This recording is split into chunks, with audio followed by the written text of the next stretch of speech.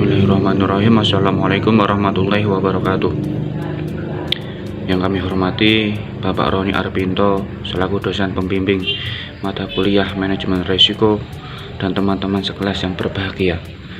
Di sini kami dari kelompok 13 yang beranggotakan saya Muhammad Rasidin Mustafa, kemudian ada Mbak Maya Fitria Purwaningrum dan Mbak Ayu Amalia Salsabila. Di sini kami akan mempresentasikan diskusi kami yang berjudul asuransi kerugian. Pengertiannya adalah menurut Undang-Undang Nomor 2 Tahun 1992,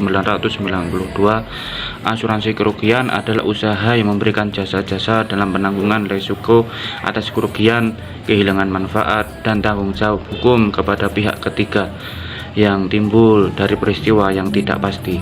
Sedangkan perusahaan asuransi kerugian adalah perusahaan yang hanya dapat menyelenggarakan usaha dalam bidang usaha asuransi kerugian, termasuk reasuransi.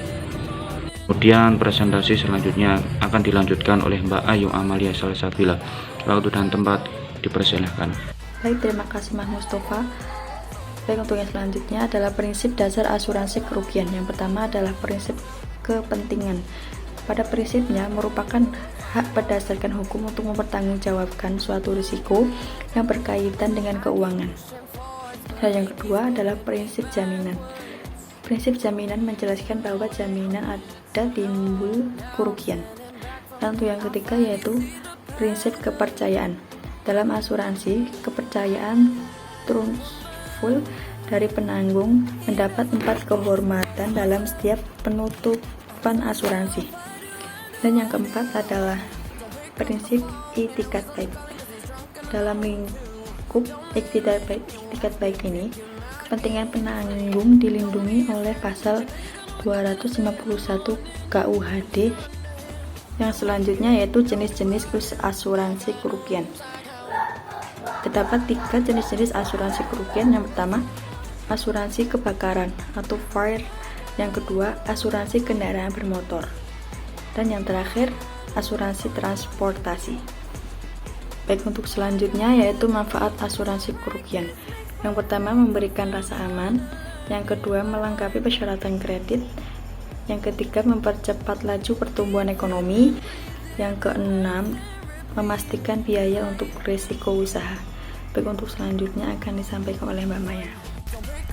Baik, di sini saya akan melanjutkan presentasi dari Mbak Ayu Amalia, yaitu pengertian beban klaim atau disebut dengan expense dapat diartikan sebagai pemakai barang dan jasa dalam proses pemerolehan pendapatan.